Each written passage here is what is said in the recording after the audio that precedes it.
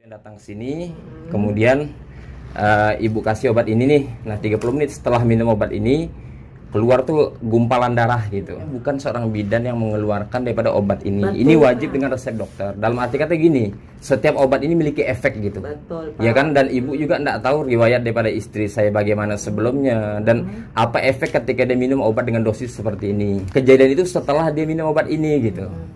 Nah, dan arti kata ini ya untuk pembelajaran, saya juga belajar di situ gitu kan. Dan yang kedua, ibu tidak ada nelpon dokter dulu, kata istri saya tadi. Langsung memberikan obat ini, disuruh minum obat ini, tidak ada konfirmasi. Berarti kan bukan dengan arahan dokter ataupun resep dokter, kan seperti itu. Sebenarnya gini Pak, kalau kasus seperti itu, kita mengasih obat untuk penghenti pendarahan itu tidak masalah Pak.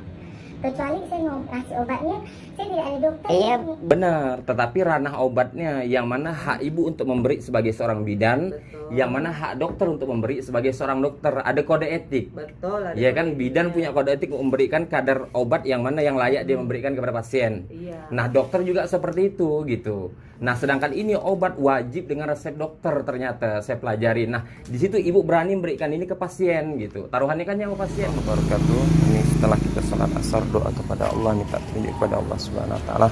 Kita akan silaturahim ke tempat bidan untuk menegakkan yang hak. Bismillahirrahmanirrahim. Saya lihat obat yang ibu kasih ini bukan ranah ibu ternyata gitu. Ini harus dengan resep dokter. Betul. Iya kan? Nah, sedangkan tadi ibu ngasih ke istri saya ini kan obat, makanya obat yang kedua tuh saya tolak gitu.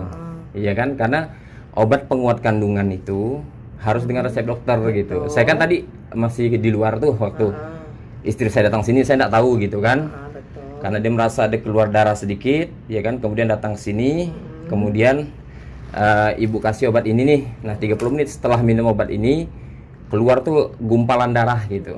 Nah, di situ gitu. Jadi maksud saya tuh konfirmasi ke sini gitu kan.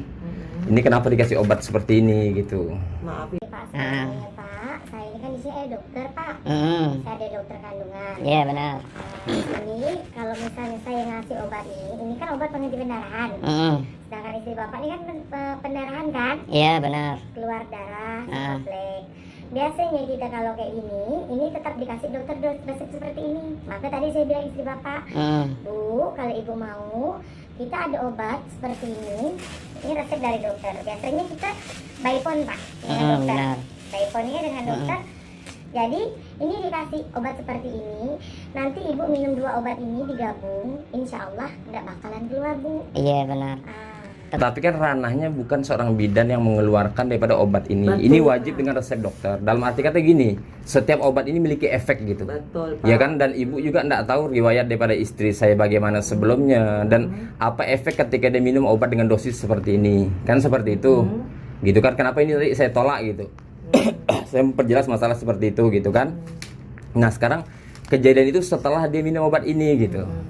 Nah, dan arti kata ini ya untuk pembelajaran, saya juga belajar di situ gitu kan. Dan yang kedua, ibu tidak ada nelpon dokter dulu, kata istri saya tadi. Langsung memberikan obat ini, disuruh minum obat ini, tidak ada konfirmasi. Berarti kan bukan dengan arahan dokter ataupun resep dokter, kan seperti itu. Betul. Sebenarnya Ini Pak, kalau kasus seperti itu, kita mengasih obat untuk penghenti pendarahan itu tidak masalah Pak. Kecuali saya ngasih obatnya, saya tidak ada dokter. Iya benar. Tetapi ranah obatnya. Yang mana hak ibu untuk memberi sebagai seorang bidan, yang mana hak dokter untuk memberi sebagai seorang dokter. Ada kode etik. betul. Ya kan, bidan punya kode etik memberikan kadar obat yang mana yang layak dia memberikan kepada pasien. Iya. Nah, dokter juga seperti itu gitu. Nah, sedangkan ini obat wajib dengan resep dokter, ternyata saya pelajari. Nah, di situ ibu berani memberikan ini ke pasien gitu. Taruhannya kan nyawa pasien, Bu, gitu. Masalah nyawa pasien sih Pak, saya hanya untuk menghentikan dulu pendarahan ibunya. Iya tetap. Tapi bukan ini obatnya, bahasa kasarnya itu mungkin efeknya ibu enggak tahu gitu ketika ibu, karena 30 menit setelah istri saya minum obat ini, awalnya saya enggak ngeh gitu. Ketika dia pendarahan apa semua enggak ngeh, ketika adik saya datang gitu kan, kemudian dikonsultasikan apa semuanya gitu kan, ditanya yang ngasih ini siapa, bidan yang ngasih obat ini gitu kan. Sedangkan ini obat bukan ranahnya bidan yang ngasih, karena ada efek samping di situ. Ya kan, yang mungkin di situ bidan pun enggak paham apa efek sampingnya ketika minum obat dengan dosis seperti ini, kan seperti itu. Kenapa ini langsung saya tolak tadi gitu kan. Dan arti kata bukan saya bagaimana apalagi obat penguat kandungan. Ya kan ini kan bukan ranahnya bidan juga yang ngasih. Biasanya kita konfirmasi dengan dokter. Kalau ada pasien seperti ini Pak, kita telepon dokternya.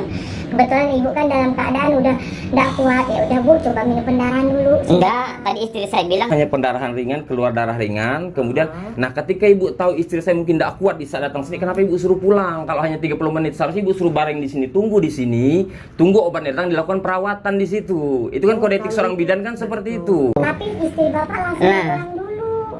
berarti kan ibu tahu dia kuat di situ, ya kan? Saya bilang ibu kuat nggak Bu, kalau nggak kuat kita rawat. Saya ada ngomong seperti itu. Saya ada ngomong di situ, betul. Ini ada saksi mata saya. Ibu, kalau ibu nggak kuat, kita rawat dulu. Kita rawat, jadi ibu kayak pasien saya di belakang seperti ini. Oke, sekarang berarti istri saya Saya kuat, kemudian analisa ibu sebagai seorang medis menyatakan bahwa dia kuat, layak untuk pulang. Kan seperti itu. Nah, ketika layak seperti itu, ibu tidak perlu memberikan satu penanganan yang cepat seperti ini. Seharusnya dikonsultasikan dulu, atau di situ ibu nyatakan ini bukan ranah ibu. Silahkan ke dokter ini, rekomendasi ini kota loh Bu.